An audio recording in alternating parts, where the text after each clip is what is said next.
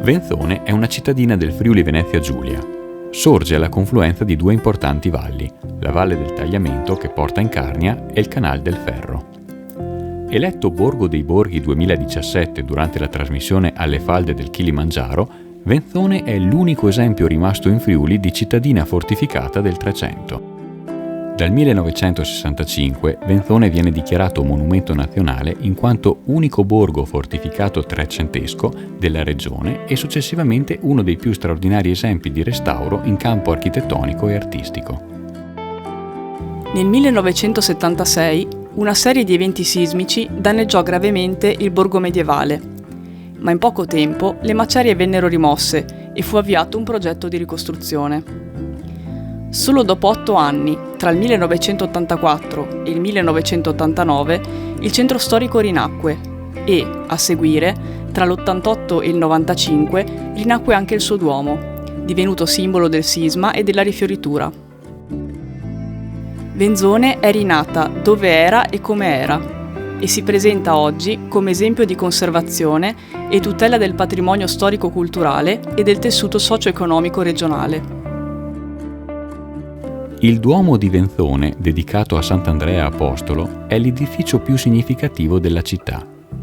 Costruito in pietra bianca locale, venne quasi completamente distrutto dal terremoto del settembre 1976. Venne ricostruito per anastilosi, tecnica di restauro con la quale si rimettono insieme, elemento per elemento, i pezzi originali di una costruzione andata distrutta.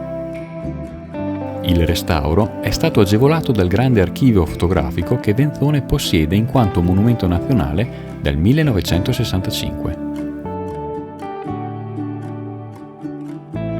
Di fronte al Duomo troviamo la cripta di San Michele, dove sono conservate delle mummie appartenenti ad un'epoca compresa tra il XIV e il XIX secolo. Furono scoperte nel 1647, durante i lavori di ampliamento del Duomo. Il processo di mummificazione è dovuto a cause naturali, temperatura e umidità adatte e alta presenza di solfato di calcio nel terreno. Le rovine della chiesa di San Giovanni Battista si trovano in piazza Municipio. La chiesa, che era stata costruita nella seconda metà del Trecento, venne quasi completamente distrutta dal terremoto del 76. L'edificio è stato mantenuto così diroccato, con parte del materiale crollato lasciato sul posto, a testimonianza di quella tragedia.